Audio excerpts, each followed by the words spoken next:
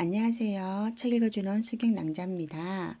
오늘은 유기주거 영이 산 사람 후쿠시게 다카시 책을 드릴게요. 제가 채널을 새로 개설했거든요.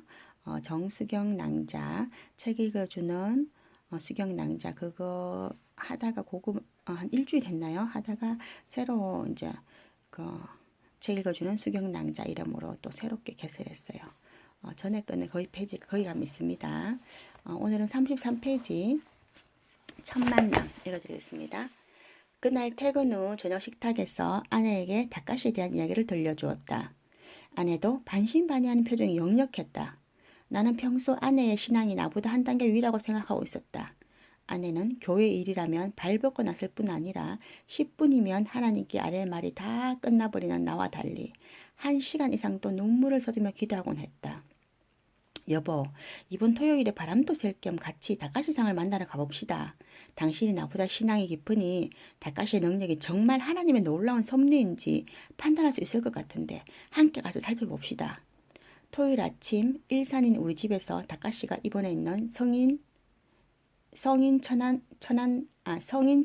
한방병원까지 인터넷으로 약도를 찾아 길을 나섰다. 개나리꽃이 활짝 핀 호수공원을 바라보며 자유로에 접어들자 야외로 봄나들이나 갈 것을 괜한 약속을 했나 하는 생각이 들었다. 이런 야릇한 기사를 썼다가 자칫 문제가 될 수도 있는데 내가 지나치게 관심을 보이는 것 아닌가 하는 생각이 들었다. 일산에서 인천까지 외곽순환도로를 타고 가다 경인고속도로로 빠졌는데 토요일임에도 길이 시원하게 뚫렸다. 다음 페이지요.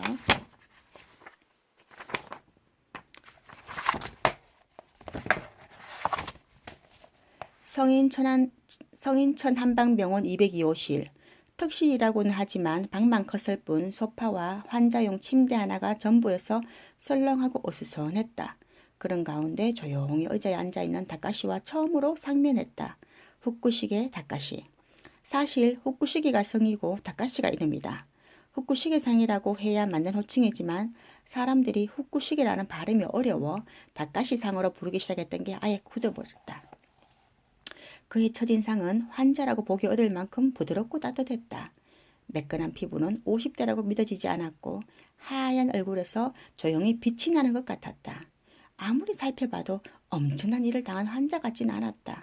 하지만 곧 조용히 앉아있는 그의 왼쪽 팔과 다리가 움직이지 않는다는 것과 왼쪽 얼굴 근육이 굳어있음을 알 수 있었다.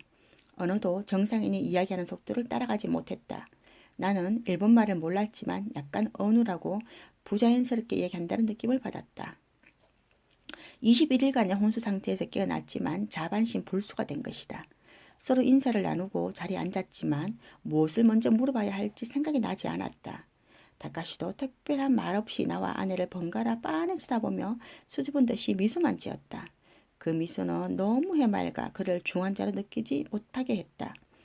모든 것을 초월한 것 같은 평안함이 깃들어 있었다. 병실에 들어선 지 한참이 지났어야 내가 오히려 머쓱해져 말문을 열었다. 정말 병이 나기 전까지 하나님을 전혀 몰랐나요? 내 질문에 답하는 다카시의 말을 부인인 혜림이 통역을 해주었다. 네, 전혀 몰랐다고 하는 것이 정확합니다. 코너스톤이라고 하는 기독교 가정 모임에 몇 번 참석한 적이 있어요. 사람들이 무척 사랑이 많고 친절하다는 생각만 했습니다.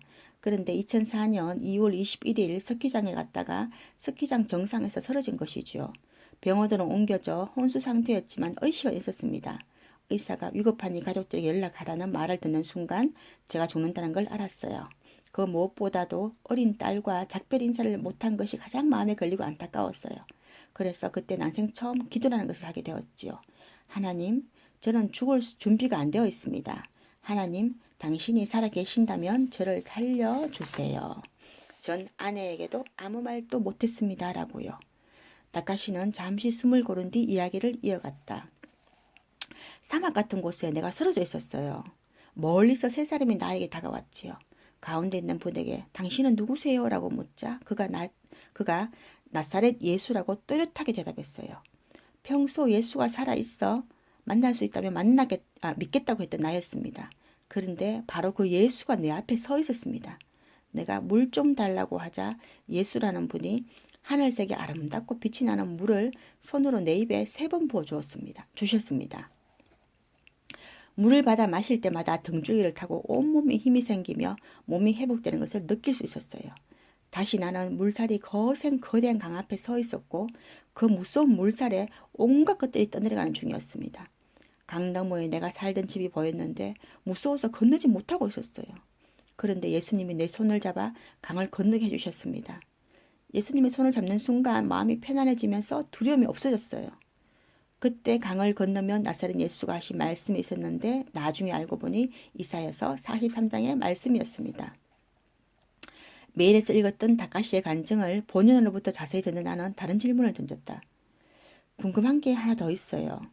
성경 지식이 전무한 상태였는데 혼수 상태에서 깨어난 뒤 어떻게 그렇게 상황에 맞는 성경 구절을 찾아내어 말씀을 전하게 되었습니까? 혼수 상태에서 예수를 만나 새 생명을 얻은 뒤 수시로 그분이 찾아오셔서 제게 말씀을 가르쳐 주셨어요. 그때 마치 기름통에 기름이 부어지는 것처럼 성경 말씀이 제게 스며들어온 것입니다. 예수께 배울 당시에는 이 말씀들이 성경책에 있는 줄 전혀 몰랐는데 깨어나서 이야기하고 성경을 보는 중에 점점 깨닫게 되었지요. 주위의 말씀을 전하는 것은 제가 배웠다기보다 성령이 주시는 감동과 느낌으로 전한다는 표현이 더 적절할 것 같군요. 이해하기 힘든 일이지만 나는 다카시의 말을 일단 수긍하려고 노력했다. 성경은 배운다고 그 상황에 딱 알맞은 말씀을 찾아낼 수 있는 건 아니다. 성경을 오랫동안 연구한 목사들도 말씀을 정확히 짚어내고 적용하기란 쉬운 일이 아니기 때문이다. 한국에 수많은 목사와 신실한 성도가 많은데 예수를 몰랐던 일본인 다카시는 왜 한국으로 왔단 말인가? 자기 나라 일본에서 간증하며 복음을 전하면 될 것인데. 그런데 다카시는 마치 나의 생각을 읽기라도 한 듯 거기에 대한 답을 해주었다. 내가 너를 살려주는 대신 내가 가졌던 전자공학자로서의 모든, 다음 페이지입니다. 모든 재능과 능력을 살려서 하나님의 진정한 다스림을 받는 교회를 한국과 일본에 만드는 데 힘써라. 그래서 눈이 있어도 보지 못하고 귀가 있어도 듣지 못하는 사람들에게 내가 살아있다는 사실을 전하고 증거하라고 제게 사명을 주셨지요.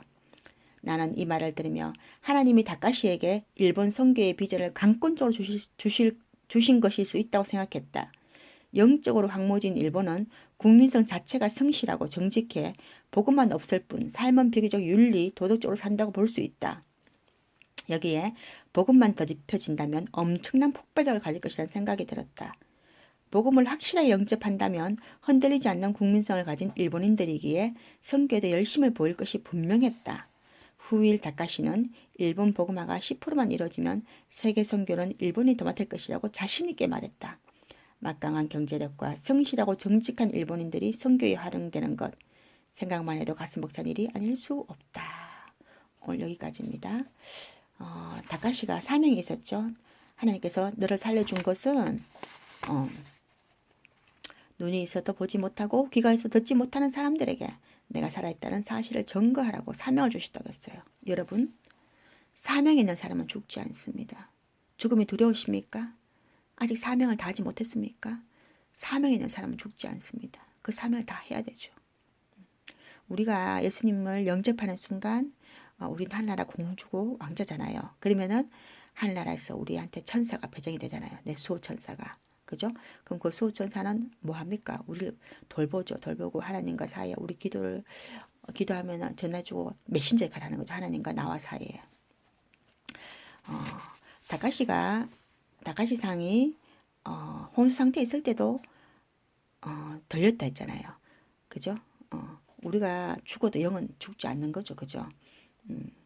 그래서 다카시가 참 지혜로운 것 같아요. 왜냐하면 그 순간에 기도하지 않아서 혼수 상태에서 그냥 의사가 막 가족들에게 연락해라 할 때 자기 죽는 거 알았잖아. 알면서도 기도하지 않았으면 어떻게 됐을까요? 여러분 어떤 순간이든 기도해야 된다 생각해요. 내가 죽는 순간, 이봐 죽어가는 순간이잖아요. 21일 동안 혼수 상태에 있었잖아요. 내세 상태에. 우리가 죽음의 문턱에 들어갔어도 죽음 순간에도 하나님께 기도해야 된다 생각해요. 어떤 순간이든 거지. 너희는 어떤 상황이 오든지 기도해야 돼요. 맞죠? 쉬지 말고 기도해야 되는 거예요. 그래서 기도가 정말 중요한 것 같아요. 급하게 왜 우리가 말로 못할 기도는 묵상으로 짧게라도 기도해야 된다 생각해요. 그리고 다카시가 물 좀 달라 하니까, 그리고 그 위에 있잖아요. 사막 같은 곳에 다카시 상에 쓰러졌을 때 멀리서 세 사람이 다가온다는 그 상상을 전 해봤어요. 예수님이 중간에 서 있었겠죠. 옆에는 천사들이었겠죠. 세 사람이 딱 올 때 그 사막에 뒤에 그 배경에 바람이 사막 모래바람이 휘날리는데 예수님께서 천사 두 명 같이 올 때 얼마나 아름답고 얼마나 멋지고 영광스러운 장면이었을까요. 저 사실 요즘 물론 예수님을 보지 않고 저 믿는 사람들이 더 행복하고 더 믿음 있는 사람인 건 알지만 더 복되다 했죠. 성경 말씀에 도마보고 그랬나요?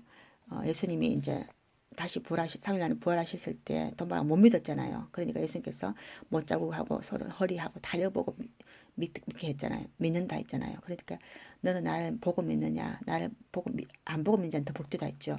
물론 안 보고도 예수님 믿어요. 믿지만 이런 이제 간증 볼 때마다 나도 예수님 한번 만나보고 싶다면서 그런 간절한 마음이 있어요. 예수님 저를 한번 만나주세요. 저는 믿음이 다같이상만큼 부족합니다. 이러면서 영화의 장면 같지 않나요? 맞죠? 물론 지금도 예수님 저와 함께 계시고 여기 다같이상이 그랬잖아요. 예수님께서 손을 잡아주니까 불안과 두려움이 떠났다. 여러분 지금 평강하십니까? 마음속에 평안이 있습니까? 그러면 예수님께서 여러분 손을 잡고 있는 거잖아요. 내 손을 잡고 있는 거잖아요. 저는 진짜 마음이 평강하거든요. 이 평강은 누가 줄 수 없는 평안이잖아요. 너무 평강해요. 그래서 믿지 않는 사람들이 이 평강을 알았으면 좋겠어요. 믿지 않는 사람들 불안해하잖아요. 지금 마지막 때는 여러분 앞으로 심리학이 정말 지금도 커트라인이 학부의 커트라인이 정말 제일 높아요. 인기치 짱이죠. 왜냐? 정신병하고 정신과 의사들하고 그런 심리 불안 증세가 많다는 거예요. 왜냐? 불안하다는 거 사람이 불안하고 두려운 거니까. 여러분 예수님 믿으세요. 우리 예수님 믿잖아요. 혹시 제 글을 제 방송을 듣는 사람 중에 예수님 믿지 않는 사람이 있습니까? 예수님 믿으세요. 예수님 믿으면 놀라운 기적 같은 일이 생깁니다. 마음속에 참 평강이 생깁니다. 이 땅에서 불행하다고 생각하십니까? 이 땅에서 우리가 거지처럼 살아도 괜찮아요. 우리가 이 땅에서는 어떻게 살아도 괜찮아요. 거지로 살아도 되고 직업이 없어도 되고 내가 진짜 아주 낮은 노숙자라도 괜찮아요. 왜냐? 이 땅은 잠시 잠깐 지나가잖아요. 예수님 믿으세요. 그럼 어떻게 됩니까? 죽어서 우리가 영원한 생명, 영원한 천국을 얻잖아요. 유업을 얻잖아요. 성서에도 나왔잖아요. 부자와 거지. 그죠? 부자는 나날이 떵떵거리고 맛있는 거 먹고 잔치하고 그리고 부잣집 앞 문간에 거지는 부자가 던져주는 거 개가 먹다는 뼈다 같은 거 먹고 살았잖아요. 그렇지만 죽어서 어떻게 됐어요? 부자는 천국 못 갔죠. 예수님 안 믿기 때문에 지옥 가 있는데 부자가 지옥에서 고통 불 속에서 지옥은 불이잖아요. 불 속에서 고통 당했을 때 그 물 한 방울 여러분 한 모금 한 방울 그 한 방울이 먹고 싶어서 천국 보니까 자기 문 앞에 있던 거지가 천국 가서 이제 예수님 같이 있는 거 보고 예수님 저 거지한테 물 한 방울만 찍어서 내한테 좀 입에 좀 찍어달라.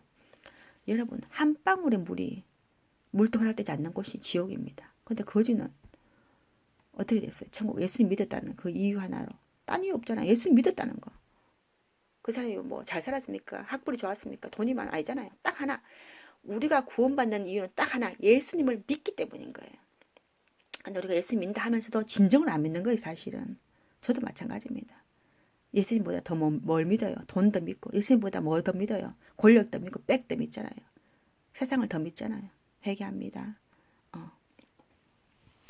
그래서 그 지옥에 있는 그 부자가 그랬잖아요. 나를 잠깐만 살려달라고. 땅에 가서 내 친척 친구 지옥 가면 생각 안 나겠어요. 내 가족 친척들이 오는 거 뻔히 알잖아요. 그 사람들에게 전하겠다면서. 그러니까 예수님 뭐라 했어요. 거기 이 땅에는 선교사와 목사와 예수님 전하는 전도자가 있다. 너가 죽었다가 살아나서 가서 그들에게 전해도 믿지 않을 것이다. 왜냐? 지금 믿지 않으면 믿지 않는다는 거예요. 여러분 그 말이 정말 무서운 말이라고 생각들어요. 우리가 전도하잖아요. 근데 안 믿는 사람들은 죽었다가 살아난 사람이 가서 안 믿는 거예요.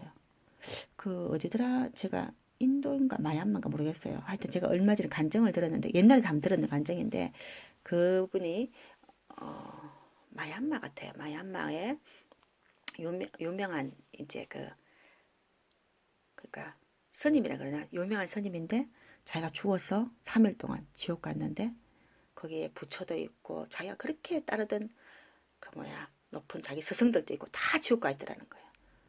그래서 다시 살아났대요. 살아나서 하나님 예수님 살려주셨죠. 자기 동료들한테 다 전했죠. 여러분 죽었다가 살아난 사람이 있어요. 왜 없겠어요? 안 믿잖아요. 그 사람이 살아나서 나는 지옥 갔다, 부처를 봤다, 오로지 예수만 믿어야 천국 간다 얘기하잖아요. 해도 믿을 사람 믿고 안 믿는 사람 안 믿는 거예요. 여러분 천국과 지옥은 선택입니다. 믿음도 선택입니다. 내가 무엇을 선택하냐에 따라서 달라지는 거예요. 근데 진짜 생각해 보면은 여러분 확률이 50%라는 건 엄청난 거예요. 여러분 만약에 내가 죽었다.